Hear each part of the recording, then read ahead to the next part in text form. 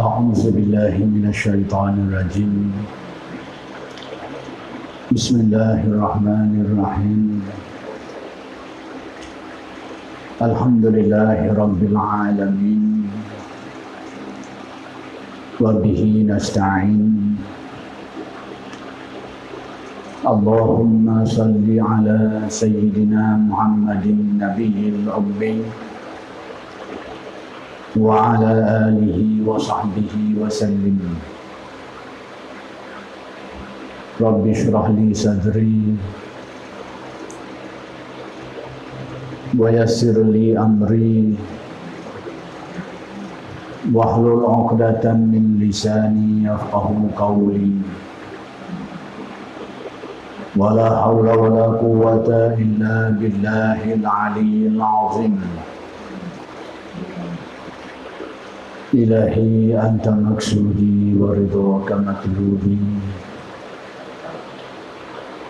أعطني محبتك ومعرفتك. Assalamualaikum warahmatullahi wabarakatuh. Alhamdulillah, bersyukurillah, wassalatu wassalamu ala rasulillah, amma ba'd.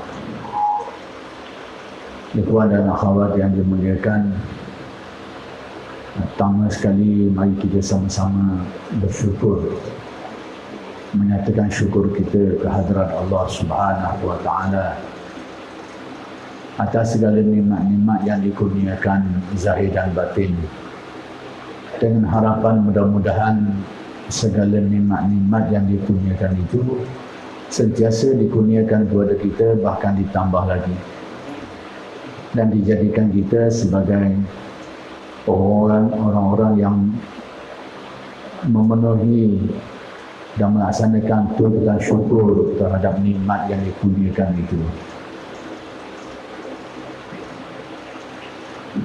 Perkara yang ingin saya jelaskan pada malam ini ialah mengenai tahapan-tahapan ibadah yang perlu kita usahakan untuk kita tempuhi dan lalui dalam rangka memenuhi maksud dan tujuan manusia itu diciptakan oleh Allah Subhanahu wa taala. Sedia maklum bahawa Allah Taala telah menjelaskan di dalam Al-Quran bahawa tujuan kita semua ini diciptakan oleh Allah Subhanahu wa taala adalah untuk mengabdikan diri kepadanya. Dan sebelum pengabdian diri kepada Allah Subhanahu wa taala itu dapat dilaksanakan, makrifat dululah yang perlu ditanam dan diperkukuhkan. Makrifat yang mengenal Allah perlu ditanam dengan teguh di dalam keyakinan kita, sehingga dia membuahkan rasa. Itulah yang akan memberi harga kepada makrifat. Tauhid dan keyakinan kita terhadap Allah itu perlu diperkukuhkan, perlu diperteguhkan, sehingga dia tumbuh dengan erti membuahkan rasa. Rasa benarnya ada Allah, rasa benarnya kekuasaan Allah, rasa benarnya luasnya ilmu pengetahuan Allah, dan sebagainya. Merasai benarnya keyakinan-keyakinan itulah yang dikatakan sebagai zauq, rasa. Di dalam hadis Nabi menjelaskan, zaqa ta'mal imani man radiya billahi rabban. Akan merasai rasa iman. Jadi iman kita ni ada bahagian rasa dia. Kalau pokok dia buah, dan buah tu boleh dirasai kelazatan dia. Maka iman pun seperti itu. Dia ada pokok dia dan dia ada buah dia. Jadi pokok yang berbuah itulah yang dikatakan pokok yang meneguh, yang kukuh. Jadi bila Nabi menjelaskan zaqa ta'mal imani man radiya billahi rabban, akan merasai nikmat iman, akan rasa ni ta'mal iman, ni rasa iman, zauq iman, nikmat iman. Man radiya billahi rabban, orang yang redha terhadap Allah sebagai Tuhan, orang yang mencapai darjat redha terhadap ketuhanan Allah, atau dalam tasawuf disebut sebagai maqam redha. Nanti kita akan jelaskan sedikit demi sedikit. Jadi hadis ini beritahu adanya bahagian zauq, bahagian rasa. Yang itulah yang sesiapa yang dikurniakan Allah, maka imannya akan menjadi lebih teguh, akan lebih mantap, lebih teguh. Kerana rasa itulah yang akan meneguhkan iman. Kita percaya tentang kewujudan Allah. Memang semua orang percaya. Tapi bila iman tu semakin meneguh, keteguhannya itu diteguhkan dengan satu rasa benarnya kewujudan Allah. Jadi bagaimana rasa ini nak ditumbuhkan? Bagaimana rasa ini nak ditimbulkan di dalam hati? Maka itulah yang pernah dipesan oleh Nabi. Nabi pesan, jaddidu imanakum, baharui imanmu itu. Jadi tajdid maksudnya di sini bukan tambah benda baru, bukan tambah benda-benda yang baru yang tidak ada, tapi tajdid dengan makna perkukuhkan, perteguhkan dia, perdalamkan dia, mantapkan dia. Jadi sehingga sahabat bertanya, kaifa nujaddidu imanana ya Rasulullah, bagaimana caranya? Maka Nabi menjelaskan, dan riwayat ini dikenali, sedia maklum, aksiru min qawli la ilaha illallah, banyakkan mengucap kalimat la ilaha illallah. Perhatikan baik-baik bila Nabi menjelaskan, banyakkan mengucap la ilaha illallah. Baik, pertama sekali banyakkan, yang kedua mengucap, yakni menyebut, yang ketiga la ilaha illallah. Perhatikan, kita ambil yang di tengah dulu, menyebut atau mengucapkan. Aksiru min qawli, mengucapkan, menyebut, itu dinamakan zikir. Jadi manhajnya, cara untuk memantapkan iman berdasarkan hadis ini adalah jalan zikir. Sebab itu Abah sangat menekankan zikir. Bahkan banyak orang yang datang jumpa Abah nak dapat petunjuk pedoman, Abah kata zikir aja. Zikir aja. Rupa-rupanya ada rahsia. Ada rahsia yang cukup mendalam, yang cukup banyak. Cuma kita bila tak faham keadaan tu, tak tahu keadaan tu, berasa tak nampak berharga sangatlah.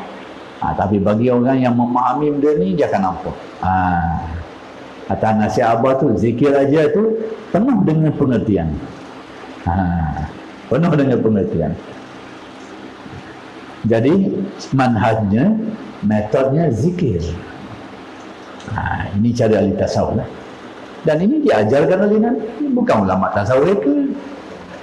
Berzikir untuk meneguhkan imannya bukan rekan ulama, itu hadisnya.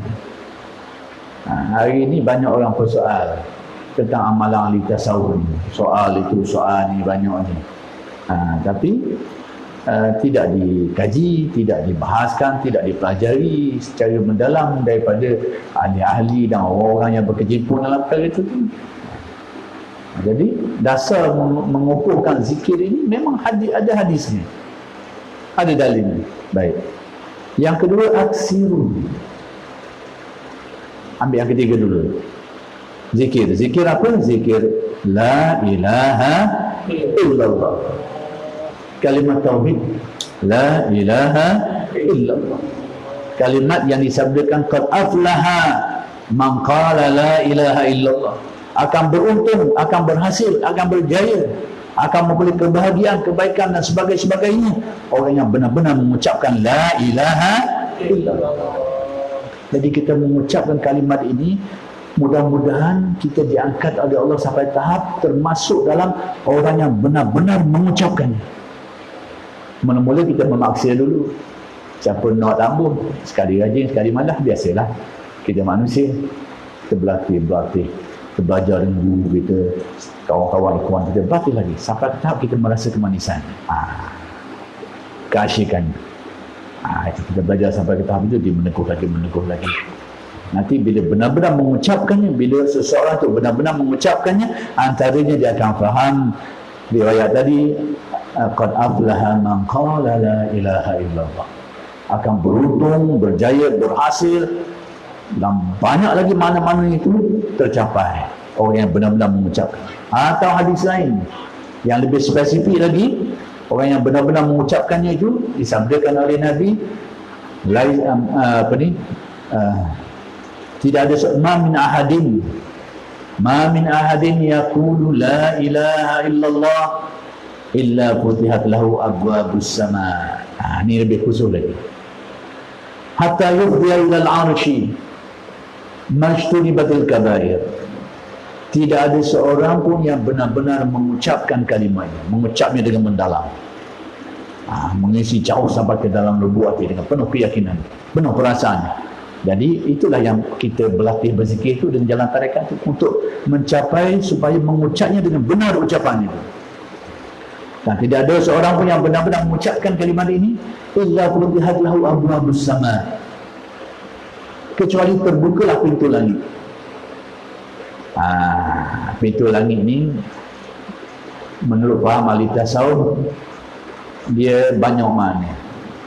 Secara zahirnya pintu keberkatan, pintu rezeki, pintu ini, mudah-mudahan dengan berkat kalimat ini. Dan dia juga ada makna maknawi, terbuka pintu makrifat, terbuka hijab hati manusia dalam hubungan dengan Allah, terbuka hijab kejahilan, hijab ghaflah, macam-macam yang membawa kepada makrifat, yang membawa kepada hakikat dan seumpamanya. Itu juga termasuk dalam makna. Tapi siapa orang yang benar-benar mengucapkan la ilaha illallah, itu kalimat yang mudah disebut, ringkas, tapi seluruh ajaran para nabi dan rasul terkandung di situ. Sebab itu orang yang masuk Islam, syahadahnya asyhadu an la ilaha illallah, karena keseluruhan ajaran para nabi dan rasul terangkum di situ. Demikian juga orang yang nak mati, tidak ada kalimat lain yang suruh diajar, tidak disuruh ajar perkataan-perkataan lain, kalimat-kalimat lain tidak disuruh. Tapi kalimat yang disuruh, lakinu mautakum la ilaha illallah. Ajar orang yang akan mati. Di antara kamu ini, orang yang nak mati, orang yang akan mati termasuk sini. Orang yang nak mati, orang yang tengah sakit tu lah, tengah nazak, muqtadar. Orang yang akan mati, kita semua lah yang akan mati ni. Orang yang nazak nak mati pun termasuk. Orang yang akan mati, kita semua ni termasuk. Ajarkan mereka itu la ilaha illallah. Kalau ada kalimat lain yang lebih berarti, kita ni sebenarnya waktu yang paling sejaruh dan paling penting dalam hidup kita, mati, kematian. Itulah saat paling penting dalam hidup setiap orang, waktu dia mati. Kalau lepas situ, selamat kita. Tapi kalau sakut situ, berat kita. Allah, kalau sakut situ, kita harap mudah kita selepas selamat kita. Kalau ada kalimat-kalimat yang lebih berharga, Nabi ajar tu. Tapi Nabi kan, Nabi yang sebut, lakinu mautakum la ilaha illallah. Itulah kalimat yang paling penting, paling berharga, paling bernilai untuk orang, untuk menempuh waktu yang paling bersejarah dalam hidup dia, paling penting dalam hidup dia. La ilaha illallah. Tinggal lagi kalimat ini perlu kita pelajari ilmu, fahami maksud-maksud, amalkan dia sehingga dia akan tertanam teguh, membuahkan makrifat di dalam hati kita. Itu dia. Tinggal lagi itu saja. Jadi itu cara meneguhkan makrifat, meneguhkan tauhid. Bila terteguhnya makrifat ini, maka dia akan membuahkan ibadah. Dia akan mendorong kita untuk beribadah, mengabdikan diri kepada Allah. Terdorong dengan sendirinya. Itulah tujuan manusia diciptakan. Seperti yang disebut dalam ayat Al-Quran, wa ma khalaqtul jinna wal insa illa liya'budun. Aku tidak menjadikan jin dan manusia kecuali untuk tujuan beribadah. Ibadah yang rasmi, solat kita, puasa kita, zakat kita, itu rasmi. Yang tidak rasmi, kehidupan kita ni, makan kita, minum kita, kita berkeluarga, berumah tangga, jaga anak-anak, mendidik anak-anak, berkebun, bertanam, semuanya itu adalah ibadah. Adalah ibadah. Jadi sekarang, bagaimana bentuk ibadah itu yang dapat ditingkatkan? Dengan pengamalan tadi itu, dari sudut ibadahnya, bagaimana dia akan meningkat? Tadi saya terangkan bagaimana tarekat kita ini meningkat dari segi tadi tu. Laluan dia tu nak pergi ke mana tu, itu satu sudut. Sekarang dari sudut ibadahnya, bagaimana tarekat kita ni, ucapan kita tu la ilaha illallah itu kemudian diperkukuhkan lagi, dan itulah yang lebih penting kata Rabbah, khafinya itu Allah tu menyebut nama Allah semata-mata. Dari sudut ibadah, bagaimana dia meningkat? Dari sudut ibadah, maka ulama tasawuf membagikannya kepada 3 tingkatan. Satunya disebut sebagai ibadah, yang kedua disebut ubudiyah, yang ketiga disebut ubudah. Ini bahasa istilah. Yang penting apa maksudnya? Ibadah ini yakni gerak-geri anggota zahir kita. Kita bersolat melibatkan gerak badan. Sama ada hati kita hadir tak hadir, itu cerita lain. Bila kita buat solat dengan gerak yang cukup memenuhi kehendak hukum fitrahnya, bila kita berpuasa memenuhi kehendak hukum fitrahnya, dikira seluruh beribadah. Bila kita buat ibadah amalan-amalan lain, bila memenuhi kehendak hukum fitrah dia tu, dikira beribadah. Tapi ibadah kita ni seringkali kosong, hanya badan yang beribadah, hatinya itu terbang entah ke mana. Kenyataannya macam tu.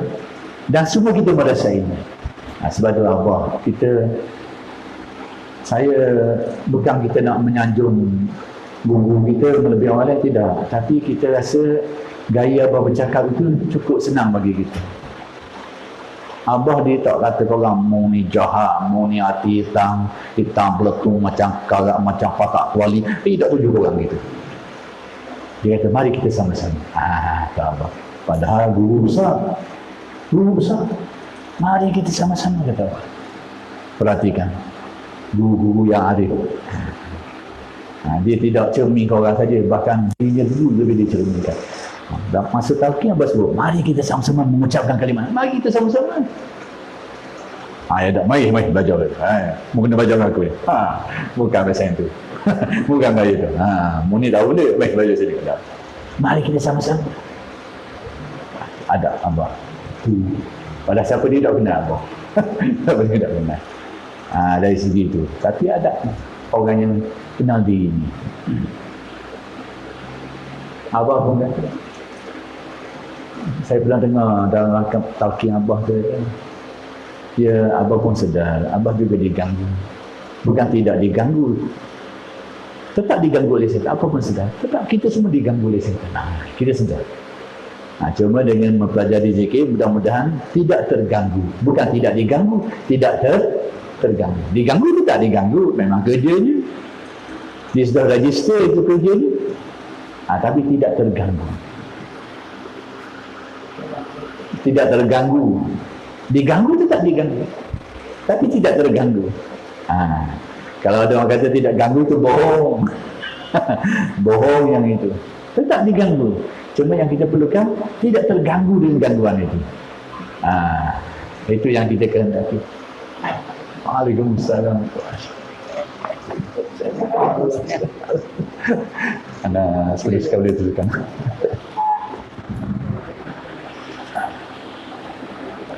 Ini sahabat kita Tuan Guru Ahmad Nafiri, orang alim di Kelantan. Di Kelantan pula dah. Di Pahang kita ni. Syekh, anda boleh teruskan dulu. Jadi peringkat pertama peringkat ibadah.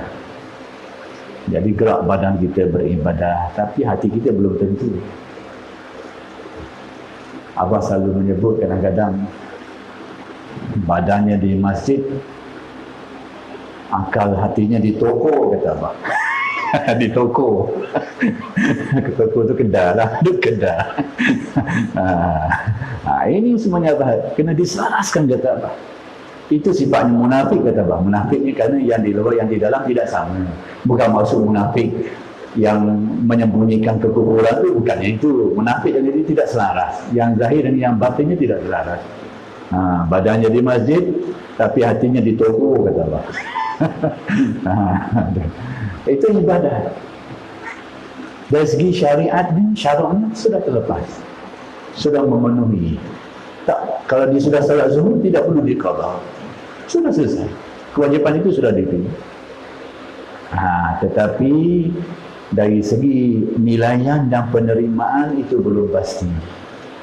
Sejauh mana dia diterima oleh Allah, dinilai oleh Allah, diganjari oleh Allah, yang itu tidak ada jaminan. Tidak ada jaminan. Jadi untuk itulah yang dinamakan ubudiyah. Ubudiyah ini, yakni badan dan hatinya bergerak seiringan. Seiringan. Kalau badannya rukuk, hatinya juga rukuk. Itu ubudiyah. Kalau badannya sujud, hati pun sujud. Itu ubudiyah. Jadi ubudiyah ini ibadah yang bukan saja melibatkan gerak badan, tapi juga melibatkan gerak hatinya sekali, serentak. Kata Abah, senapas gerak. Inilah orang yang disebut sebagai as-sidq, maqam sidq, benar bila badannya dengan hatinya seiringan, benar. Kalau dia ditingkatkan lagi, dia akan jadi siddiq. Dia akan jadi siddiq. Itu agak payah lah. Bagi sesiapa yang dikurniakan Allah, alhamdulillah.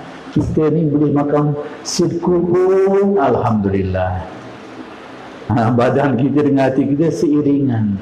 Kalau itu yang kita ucapkan, la ilaha illallah, itulah yang kita rasakan. Itulah yang kita yakini, yang kita rasakan. Dia seiras. Jadi bergeraknya anggota zahir dan anggota batin serentak, itu dinamakan ubudiyah. Jadi tingkatan ibadah kita ini, cuba kita nak tingkatkan ke situ. Daripada ibadah menjadi ubudiyah. Bahkan ubudiyah ini, dia akan menjadi lebih mantap, dia akan meningkat sampai ke tahap ubudah. Ubudah ini bukan saja ketika badannya beribadah, hati juga beribadah, tapi bila badan tidak beribadah, hati tetap beribadah.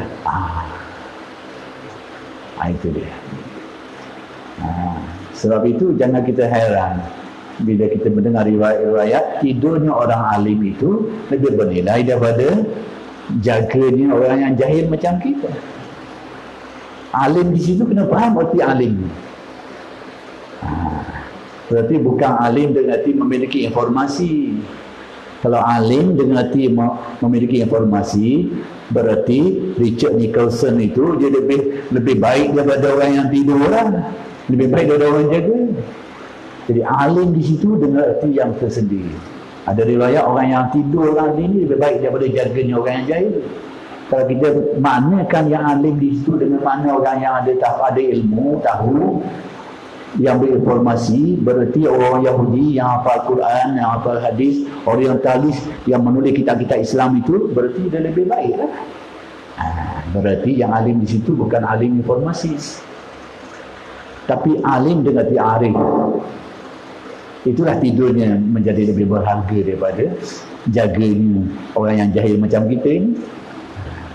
Jadi tingkatan ubudiyah ini, iaitu bila badan tidak beribadah tapi hati tetap beribadah.